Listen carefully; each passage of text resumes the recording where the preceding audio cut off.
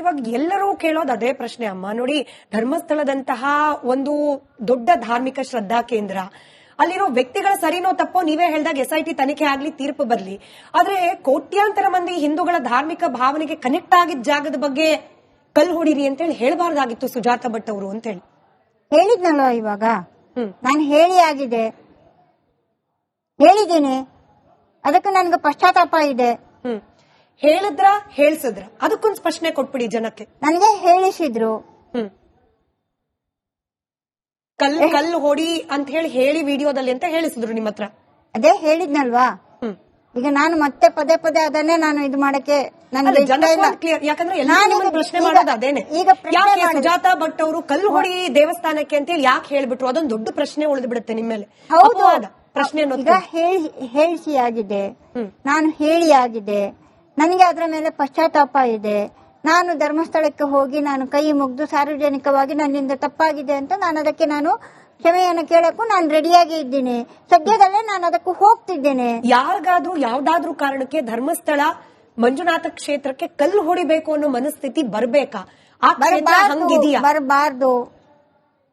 ನಾನು ಈಗ ಅದನ್ನೇ ನನಗೆ ಪದೇ ಪದೇ ನಾನು ಇದು ಮಾಡಿದ್ರು. ನಾನು ಇವಾಗ ಹೇಳೋದು ಒಂದೇ, ನಾನು ಸಾರ್ವಜನಿಕವಾಗಿ ಧರ್ಮಸ್ಥಳಕ್ಕೆ ಹೋಗಿ ನಾನು ಬೇರೆ ಯಾರಿಗೂ ಬರಬಾರ್ದು ಅಂತ ಹೇಳಿ, ಬೇರೆ ಯಾರಿಗೂ ಬರಬಾರ್ದು. ಈಗ ಆಗಿದೆ. ಯಾರು ಏನ್ ಹೇಳಿದಾರೋ ನನಗದು ಬೇಡ. ನನ್ನಿಂದ ತಪ್ಪಾಗಿದ್ಯಾ ಅಷ್ಟೇ, ನಾನು ಅದನ್ನ ಕ್ಷಮೆ ಕೇಳಕ್ಕೆ ನಾನು ರೆಡಿಯಾಗಿದ್ದೀನಿ. ಸರಿ, ಶರತ್ ಅಂತ ಹೇಳಿ ಆಗುಂಬೆಯನ್ನ ಕರೆ ಮಾಡಿದ್ದಾರೆ. ನಮಸ್ಕಾರ ಶರತ್ ಅವರೇ. ನಮಸ್ತೆ ಮೇಡಮ್. ಹೇಳಿ ಶರತ್ ಅವರೇ, ಸುಜಾತಾ ಭಟ್ ಅವರಿದ್ದಾರೆ, ಪ್ರಶ್ನೆ ಕೇಳಿ. ಈಗ ಏನಾಗ್ತಾ ಇದೆ ಅಂತ ಹೇಳಿದ್ರೆ ತುಂಬಾ ಒಂದು ಕಾಮಿಡಿ ಅಂತ ಅನಿಸ್ತಾ ಇದೆ. ಯಾಕಂತ ಹೇಳಿದ್ರೆ ಈಗ ಸುಜಾತಾ ಭಟ್ನವರು ನಿಮ್ಮ ನ್ಯೂಸ್ ಚಾನಲ್ ಕುತ್ಕೊಂಡಿದ್ದಾರೆ, ನಾನು ಮಾಡಿದ್ದೆಲ್ಲ ತಪ್ಪು ಅಂತ ಒಪ್ಕೊಳ್ತಾ ಇದ್ದಾರೆ. ಮುಂದಿನ ದಿನ ಚಿನ್ನಯ್ಯ ಬರ್ತಾನೆ, ನಾನ್ ಮಾಡಿದ್ದೆಲ್ಲ ತಪ್ಪು, ನನಗೆ ಗೊತ್ತಿಲ್ಲ, ಈಗ ಆಗ್ಬಾರ್ದಿತ್ತು, ನನ್ನಿಂದ ಆಗಿದೆ ಅಂತ ಹೇಳ್ತಾನೆ. ಇನ್ನೊಂದ್ ದಿನ ಜಯಂತ್ ತಿಮರು ಓಡಿ, ಹೀಗೆ ಆಗ್ತಾ ಇದ್ರೆ ಎಲ್ಲೋ ಒಂದ್ ಕಡೆ ಧರ್ಮಸ್ಥಳದ ಕ್ಷೇತ್ರದ ಬಗ್ಗೆ ಇಲ್ಲಿವರೆಗೆ ಆದಂತ ಎಲ್ಲಾ ಅಪವಾದಗಳು ಇನ್ನೊಂದು ಮತ್ತೊಂದು ನೀವು ತೋರಿಸಿದಿರಿ ಚಾನಲ್ ಅಲ್ಲಿ. ಎಷ್ಟು ಜನಗಳಿಗೆ ನೋವಾಗಿದೆ. ಯಾಕಂತ ಹೇಳಿದ್ರೆ ನಮ್ಮ ಭಾಗದಲ್ಲೆಲ್ಲ ಹೇಗೆ ಅಂತ ಹೇಳಿದ್ರೆ ವೀರೇಂದ್ರ ಹೆಗಡೆ ಅವ್ರದ್ದು ಒಂದು ಫೋಟೋ, ಮಂಜುನಾಥ ಸ್ವಾಮಿಯ ಫೋಟೋ, ಎರಡೂ ಫೋಟೋನು ಇಟ್ಟು ನಾವು ಪೂಜೆ ಮಾಡುವಂತವ್ರು. ಇವರು ಮತ್ತೆ ಸುಜಾತಾ ಭಟ್ ಅವರನ್ನ ನೀವು ಮುಖಾಂತರ ನೋಡ್ತಾ ಇದ್ದೀರಿ, ನಾವು ನಿಮ್ಮ ಟಿವಿ ಮೂಲಕ ನೋಡ್ತಾ ಇದ್ದೀವಿ. ಅವರನ್ನ ನೋಡಿದ್ರೆ ಯಾರೂ ಕೂಡ ಅವರು ಅನ್ಎಜುಕೇಟೆಡ್ ಅಂತ ಹೇಳಲಿಕ್ಕಾಗಲ್ಲ, ಅವರಿಗೆ ನಾಲೆಡ್ಜ್ ಕಡಿಮೆ ಅಂತ ಹೇಳಲಿಕ್ಕಾಗಲ್ಲ. ಅವ್ರು ಇಲ್ಲಿವರೆಗೆ ಅವ್ರ ಇಂಟರ್ವ್ಯೂನೆಲ್ಲ ನೋಡಿದಾಗ ಅವ್ರು ಬಹಳ ಬುದ್ಧಿವಂತೆ. ಅವರು ಇಂತಹ ಬುದ್ಧಿವಂತ. ನಾನು ಇವಾಗ ಒಂದು ವಿಚಾರ ಹೇಳ್ತಾ ಇದ್ದೀನಿ ಕೇಳಿ. ಸೂತ್ರಧಾರಿಗಳು ಬರೇ ಪಾತ್ರ ಮಾಡಿದ್ದೀನಿ, ದಯವಿಟ್ಟು ನನ್ನನ್ನು ಕ್ಷಮಿಸಿ. ಸಾರ್ವಜನಿಕವಾಗಿ ನಾನು ಹೋಗ್ತಾ ಇದ್ದೀನಿ ಧರ್ಮಸ್ಥಳಕ್ಕೆ, ಅದಕ್ಕೆ ನನ್ನದು ಒಂದು ತಪ್ಪಾಗಿದೆ. ಅದನ್ನ ನಾನು ಏನು ಇದು ಮಾಡಬೇಕು, ಪರಿಹಾರ ಏನು ತಗೊಳ್ಬೇಕು, ಸಾರ್ವಜನಿಕವಾಗಿ ಅಲ್ಲಿಗೆ ಹೋಗಿ ನಾನು ಸದ್ಯದಲ್ಲೇ ಹೋಗ್ತಾ ಇದ್ದೀನಿ. ದಯವಿಟ್ಟು ಅಲ್ಲಿಗೆ ಇಲ್ಲಿಗೆ ಮುಕ್ತಾಯ ಬಿಟ್ಟು ಬಿಡಿ. ನಾನು ಬ್ರಿಲಿಯಂಟ್ ಆಗಿದ್ದೀನಿ, ನಾನು ತುಂಬಾ ಇದಾಗಿದ್ದೀನಿ. ಆ ಮೂಮೆಂಟ್ಗೆ ನಮ್ಗೆ ಏನ್ ಬಂದಿರುತ್ತೆ ಅಂತ ನಮಗೂ ಗೊತ್ತಿರಲ್ಲ. ಎಲ್ಲಾ ಟೈಮ್ಗಳಲ್ಲಿ ಒಂದೇ ರೀತಿ ಮನಸ್ಸು ಇರುತ್ತೆ ಅನ್ನುವಂಥದ್ದು ಯಾರಿಗೂ ಗೊತ್ತಿರಲ್ಲ.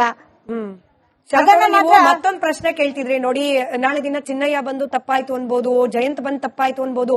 ಈಗ ದಶಕಗಳಿಂದ ಧರ್ಮಸ್ಥಳದ ವಿರುದ್ಧವಾಗಿ ವ್ಯವಸ್ಥಿತವಾಗಿ ಷಡ್ಯಂತರ ನಡೀತಿದೆಯಲ್ಲ, ಅದು ಎಕ್ಸ್ಪೋಸೆ ಆಗೋದು ಹೇಗೆ? ಮಾಡ್ತಿದ್ದ ಆರೋಪಗಳು ಸುಳ್ಳು ಅನ್ನೋದು ಎಕ್ಸ್ಪೋಸೆ ಆಗೋದು ಹೇಗೆ? ಈಗ ಪ್ರಾಮಾಣಿಕವಾಗಿ ಸುಜಾತಾ ಭಟ್ ಅವ್ರು ಬಂದು ಒಪ್ಕೊಳ್ತಿದ್ದಾರೆ, ಹೌದು ಕೆಲವರು ಪ್ರವೋಕ್ ಮಾಡಿದ್ರು, ನನ್ನ ಕೈಯಲ್ಲಿ ಸುಳ್ಳು ಹೇಳಿಸಿದ್ರು, ಅದಕ್ಕೆ ನನಗೆ ಪಶ್ಚಾತ್ತಾಪ ಆಗ್ತಿದೆ. ಆಯ್ತಲ್ಲ ಅಲ್ಲಿಗೆ ನ್ಯಾಯ? ಮಂಜುನಾಥನ ಸನ್ನಿಧಿಯಲ್ಲಿ ಆಗ್ಬೇಕಾದ ನ್ಯಾಯ ತೀರ್ಮಾನ ಆಗ್ತಿದೆಯಲ್ಲ ಮಾಧ್ಯಮದ. ಈಗ ಅವ್ರು ಹೇಳ್ತಿದ್ದಾರೆ ಮಂಜುನಾಥನ ಸನ್ನಿಧಿನಿಗೆ ಹೋಗ್ತೀನಿ ನಾನು, ಅಲ್ಲೂ ಕೂಡ ಕ್ಷಮೆಯಾಚನೆ. ಅಂದ್ರೆ ಈ ಕಳಂಕ ಹಿಂಗೆ ದಶಕಗಳಿಂದ ಕಂಟಿನ್ಯೂ ಆಗ್ತಿದ್ದು ಈಗ ಹಂತ ಹಂತವಾಗಿ ಎಲ್ಲವೂ ಕೂಡ ಎಕ್ಸ್ಪೋಸೆ ಆಗ್ತಿದೆ, ಹಾಗೆ ಅನ್ಕೊಳ್ಬಹುದೇನೋ ಬಹುಶಃ. ಮತ್ತೊಬ್ರು ಬಸವರಾಜ್ ಅಂತ ಹೇಳಿ ದೂರವಾಣಿ ಸಂಪರ್ಕದಲ್ಲಿದ್ದಾರೆ. ನಮಸ್ಕಾರ ಸರ್. ನಮಸ್ಕಾರ ಮೇಡಮ್. ಹೇಳಿ ಸರ್. ಮೇಡಮ್ ಸುಜಾತಾ ಭಟ್ ಅವ್ರ ನಮಸ್ಕಾರ. ನಮಸ್ಕಾರ. ನಮಸ್ಕಾರ ಮೇಡಮ್. ನೀವು ಎಲ್ಲಾ ಚಾನಲ್ ಕುತ್ಕೊಂಡಾಗ ಹೇಳಿದಾಗ ಒಂದೊಂದು ಡೈಲಾಗ್ ಹೇಳ್ತಾ ಇದ್ದೀರಿ, ನಾನ್ ಹೇಳ್ತಿರೋ ಸತ್ಯ. ಹೌದು ಸರ್. ನೀವು ಈಗ ನನಗೆ ನನ್ನನ್ನ ಪ್ರಶ್ನೆ ಮಾಡಿದ್ರು, ನಾನು ಹೇಳೋದು ಸತ್ಯ. ನನ್ನ ಮನಸ್ಸಿನಲ್ಲಿ ಆವಾಗ ಗೊಂದಲಗಳು ಇತ್ತು. ದಯವಿಟ್ಟು ನಾನು ತುಂಬಾ ಬ್ರಿಲಿಯಂಟು, ನಾನು ತುಂಬಾ ಇದು ಅಂತ ಯಾರನ್ನು ನನ್ನನ್ನ ಬಿಂಬಿಸಬೇಡಿ. ನನ್ನ ಒಂದು ವಯಸ್ಸಿಗೆ ಬೆಲೆ ಕೊಟ್ಟುಬಿಟ್ಟು ನಾನು ಹೇಳುದಿಷ್ಟೇ. ಇವಾಗ ಹೇಳ್ತಾ ಇರೋದು ಏನಿದೆ, ಧರ್ಮಸ್ಥಳದ ಬಗ್ಗೆ ನಾನು ಕೆಟ್ಟದಾಗಿ ನಾನು ಮಾತಾಡಿದ್ದೀನಿ ಅನ್ನುವಂಥದ್ದು ಒಂದು ದೊಡ್ಡ ಒಂದು ಇದಿದೆ. ಆಯ್ತಲ್ಲ, ಆ ಷಡ್ಯಂತರವನ್ನ ನಾನು ಮಾಡ್ಲಿಕ್ಕೆ ನನಗೂ ಇಷ್ಟ ಇಲ್ಲ, ಅಥವಾ ನಾನು ಇಷ್ಟಪೂರ್ವಕವಾಗಿ ನಾನು ಇವಾಗ್ಲೂ ಹೇಳ್ತಾ ಇರೋದು ಒಂದೇ ಮಾತು, ಸೂತ್ರ ಬೇರೆ ಪಾತ್ರ ಮಾಡಿದ್ದೀನಿ. ಆ ಪಾತ್ರದಲ್ಲಿ ಏನೇನ್ ಬರುತ್ತೆ ಅಂತ. ಸತ್ಯ ಹೇಳಿದ್ದು ಅಂತ ಇಷ್ಟೋ ತನಕ ನಾನು ಏನ್ ಹೇಳಿದೀನಿ ಅದಕ್ಕೆ ನನ್ನನ್ನು ನಾನು ಸಮಾಜದ ಮುಂದೆ ನಾನು ಇವತ್ತು ನನ್ನ ಕ್ಷಮೆ ಯಾಚಿಸ್ತಾ ಇದ್ದೀನಿ. ರೈಟ್. ಮಾಲ್ತೇಶ್ ಅಂತ ಹೇಳಿ ಮತ್ತೊಬ್ರು ದೂರವಾಣಿ ಸಂಪರ್ಕದಲ್ಲಿದ್ದಾರೆ. ನಮಸ್ಕಾರ ಮಾಲ್ತೇಶ್ ಅವರೇ. ಹಲೋ, ನಮಸ್ತೆ ಮೇಡಮ್ ಅವರೇ. ಹೇಳಿ ಮಾಲ್ತೇಶ್ ಅವರೇ, ಹೇಳಿ. ನಮ್ಮ ಹೆಸರು ಮಾಲ್ತೇಶ್ ಅಂತ, ನಮ್ದು ಹಾವೇರಿಂದ. ಹ್ಮ್ ಸುಜಾತ ಮೇಡಮ್ ಹ್ಮ್ ಇಷ್ಟೆಲ್ಲ ನಡೆದ್ರು ಎಲ್ಲರಿಗೂ ಗುರ್ತಾಯ್ತು. ಇಡೀ ರಾಜ್ಯ ಜನ ನಿಮ್ ಚಾನಲ್ ಮುಖಾಂತರ ನೋಡ್ತಾರ. ಇನ್ನು ಆ ಮಹೇಶ್ ಅಣ್ಣ ಚಿಮ್ರೋಡಿಯನ್ನ ಇನ್ನು ನಂಬ್ತಾ ಐತಿ, ಅವ್ನು ಒಳ್ಳೆಯವನು ಅಂತತಿ. ಹ್ಮ್ ಈ ಅಮ್ಮ ಇಷ್ಟೆಲ್ಲ ನೋಡಿ ಇದನ್ನೆಲ್ಲ ಮಾಡಿದ್ರು ಇನ್ನು ಅವ್ನು ಒಳ್ಳೆಯವನು ಅಂತತಿ. ಹ್ಮ್ ಅಂದ್ರೆ ಇನ್ನು ಮೋಸ ಹೋಗ್ಬೇಕು ಅಂತ. ಅಲ್ಲ, ಅವ್ರು ಹೇಳ್ತಿರೋದೇನು, ತಿಮ್ಮರೋಡಿ ಅವರ ಹೋರಾಟ ಸರಿ ಇತ್ತು, ಆದ್ರೆ ಅವ್ರ ಮೇಲೆ ಕೆಲವರು ಪ್ರಭಾವ ಬೀರಿರೋದ್ರಿಂದ ಅವರು ಕೂಡ ಮೋಸಕ್ಕೊಳಗಾಗ್ತಿದ್ದಾರೆ ಅಂತ ಹೇಳಿ. ತಿಮ್ಮರೋಡಿ ಅವರು ಸರಿ ಅಂತ ಅವ್ರು ಹೇಳಿಲ್ಲ ಮೇಡಮ್ ಅವರೇ. ತಿಮ್ರೋಡಿ, TJ ಅಂತ ಇವ್ರು ಏನಿದಾರಲ್ಲ ಎಲ್ಲ ಗಿರೀಶ್ ಮಟ್ಟಣ್ಣ ಇವರೆಲ್ಲ ಸೇರಿ ಇದನ್ನ ಪಾತ್ರ ಈ ಒಂದು ಸ್ಲಿಪ್ ಅನ್ನು ರೆಡಿ ಮಾಡಿರೋದು ಇವರು. ಸರಿ. ಇವರು ಇನ್ನು ಅಮ್ಮ ಹ್ಮ್ ಈಗಾಗಿರೋ ಮೋಸನೇ ಸುಧಾರಿಸ್ಕೊಂಡು ಮಂಜುನಾಥನ್ ಹತ್ರ ಏನೈತಿ ಕ್ಷಮೆ ಕೇಳ್ಕೊಂಡು ಇನ್ನ ಉಳಿದ ಜನ ಒಳ್ಳೆ ರೀತಿಯಲ್ಲಿ ಕಳೀಲಿ, ಅಷ್ಟೇ ನಮ್ದು ಅಭಿಪ್ರಾಯ. ಇವಾಗ ಕ್ಷಮೆ ಕೇಳಿದ್ದಾರೆ ಬಹಿರಂಗವಾಗಿ. ಅಲ್ಲ ಮಾಲ್ತೇಶ್ ಅವರೇ, ಬಹಿರಂಗವಾಗಿ ಕ್ಷಮೆ ಕೇಳಿದ್ದಾರೆ ಸುಜಾತಾ ಭಟ್ ಅವರು. ಕ್ಷಮಿಸುವಷ್ಟು ಔದಾರ್ಯತೆ ಕನ್ನಡಿಗರಲ್ಲಿ ಇದೆ. ಧರ್ಮಸ್ಥಳದ ಮಂಜುನಾಥನನ್ನ ನಂಬುವವರಲ್ಲಿ ಅಷ್ಟು ಔದಾರ್ಯತೆ ಇದೆ ಅಂತ ಹೇಳಿ ಭಾವಿಸಬಹುದಾ? ಅಲ್ಲ, ಮುಂದಿನ ದಿನದಲ್ಲಿ ಒಂದು ಒಳ್ಳೆ ಜೀವನ ಕಳೀಲಿ. Right sir. ಅವ್ರ ಪ್ರಶ್ನೆ ಇಷ್ಟೇನೆ. ಅವ್ರ ಪ್ರಶ್ನೆ ಏನು, ತಿಮ್ಮರೋಡಿ ಅವರನ್ನ ಈಗಲೂ ಕೂಡ ಒಳ್ಳೆಯವರು ಅಂತ ಹೇಳಿ ನಂಬ್ತಿದ್ದೀರಲ್ಲ, ಇನ್ನು ಮುಂದೆ ಕೂಡ ಮೋಸ ಆಗಲ್ಲ ತಿಮ್ಮರೋಡಿ ಅವ್ರ ಕಡೆಯಿಂದ ಅಂತ ಹೇಳಿ ಹೆಂಗ್ ನಂಬ್ತೀರಿ ಅಂತ ಹೇಳಿ. ನಾನು ಹೇಳ್ತಾ ಇರೋದು, ತಿಮ್ಮರೋಡಿ ಕಡೆಯಿಂದ ನನಗೆ ಯಾವತ್ತೂ ಮೋಸ ಆಗ್ಲಿಲ್ಲ. ಸುಮ್ನೆ ಯಾಕೆ ನಾನು ಒಬ್ರನ್ನ ನಾನು ಬಿಂಬಿಸಿ ಇದು ಮಾಡಬೇಕು? ತಿಮ್ಮರೋಡಿ ಅವರು ಯಾರು ಅಂತ ನನಗೆ ಫಸ್ಟ್ಗೆ ಗೊತ್ತಿರ್ಲಿಲ್ಲ. ಸುಮ್ನೆ ನಾನು ಅವ್ರ ಮನೆಗೆ ಹೋಗಿದ್ದೀನಿ, 4 ತುತ್ತು ಅನ್ನ ತಿಂದಿದ್ದೀನಿ, ಆಯ್ತಾ. ಅವರನ್ನ ಬಲಿಪಶು ಮಾಡಿದ್ದಾರೆ ಅನ್ನುವಂಥದ್ದು ನನ್ನ ಒಂದು ಇದರಲ್ಲಿ ಅನ್ನಿಸ್ತಾ ಇದೆ. ಅಷ್ಟು ಬಿಟ್ಟು ಅವರು ಏನಾಗಿದೆ ಅನ್ನುವಂಥದ್ದು ನನಗೆ ಕ್ಲಿಯರ್ ಕಟ್ ಆಗಿ ನನಗೆ ಗೊತ್ತಿಲ್ಲ. ಅವರು ಒಂದು ಸೌಜನ್ಯ ಹೋರಾಟಗಾರರ ಒಂದು ಹೋರಾಟದಲ್ಲಿ ಒಂದು ಒಳ್ಳೆ ರೀತಿಯಿಂದ ನಡ್ಕೊಂಡು ಹೋಗ್ತಾ ಇತ್ತು. ಅವರಿಗೆ ಈ ಬುರುಡೆ ಇದು ಬೇಡ ಆಗಿತ್ತು ಅನ್ನುವಂಥದ್ದು ಮಾತ್ರ ನಾನು ಇದನ್ನ ನಾನು ಹೇಳ್ತಾ ಇರೋದು. ತಿಮ್ಮರೋಡಿ ಅವ್ರಿಗೂ ಮೋಸ ಆಗ್ತಿದೆ ಅಂತ ಹೇಳಿ ನಿಮ್ಗೆ ಅನ್ನಿಸ್ತಿದ್ಯಾ? ನನಗೆ ಅನ್ನಿಸ್ತಾ ಇದೆ ಅಂತ ಹೇಳ್ತಾ ಇದ್ದೀನಿ. ಅವರು ಮೋಸ ಹೋಗಿದ್ದಾರೆ, ಅವರಿಗೂ ಬುದ್ಧಿ ಇಲ್ವಾ ಅಂತ ಇವಾಗ ಕೇಳಬಹುದು ಜನ. ಅದು ನನಗೆ ನನ್ನ ಇದಕ್ಕಲ್ಲ, ನನ್ನ ಮನಸ್ಸಿಗೆ ಅನಿಸಿದ್ದನ್ನು ನಾನು ಹೇಳ್ತಾ ಇರೋದು. ನನ್ನ ತರನೇ ಈಗ ಎಲ್ಲರೂ ಆಗಿರಬಹುದು ಅಂತ. ಎಷ್ಟೊಂದು ಜನ ಹೀಗೆ ಆಗ್ತಾರೆ.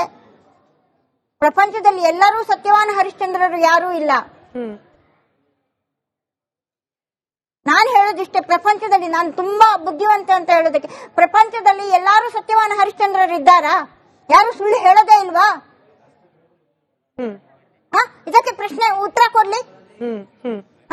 ಸತ್ಯವಾನ್ ಹರಿಶ್ಚಂದ್ರರು ಇದ್ದಾರಾ? ಫಸ್ಟ್ ಇದಕ್ಕೆ ಉತ್ತರ ಕೊಡ್ಲಿ. ಯಾರು ಸುಳ್ಳು ಹೇಳೋದೇ ಇಲ್ವಾ? ಅವರವರ ಬೇಳೆಕಾಳು ಬೇಯಿಸ್ಕೊಳ್ಬೇಕಾದ್ರೆ ಕೆಲವು ಸುಳ್ಳುಗಳನ್ನ ಹೇಳ್ಬೇಕಾಗುತ್ತೆ, ಹೇಳ್ತಾರೆ. ಯಾರು ಸತ್ಯವಾನ್ ಹರಿಶ್ಚಂದ್ರರು ಪ್ರಪಂಚದಲ್ಲಿ ಯಾರು ಇಲ್ಲ. ಇದು ಸತ್ಯ. ನಾನಿಲ್ಲಿ ಬಂದಿದ್ದೀನಿ ಏನಕ್ಕೆ ಹೇಳಿ? ನನ್ನದೇನಿದೆ ಅದನ್ನ ನಾನು ಹೇಳಕ್ ಬಂದಿದ್ದೀನಿ. ಅಷ್ಟು ಬಿಟ್ಟು ನನಗೆ ಬೇರೆಯವರು ಪ್ರಶ್ನೆ ಮಾಡ್ಕೊಂಡು ನೀನು ಧರ್ಮಸ್ಥಳಕ್ಕೆ ಹೋಗಿ ಕ್ಷಮೆ ಕೇಳ್ತೀಯ ಅಂದ್ರೆ, ಹೌದು ನನಗೆ ಪಶ್ಚಾತ್ತಾಪ ಇದೆ. ಪಶ್ಚಾತ್ತಾಪಕ್ಕಿಂತ ಮುಂದೆ ಯಾವುದೂ ಇಲ್ಲ. ಸರಿ.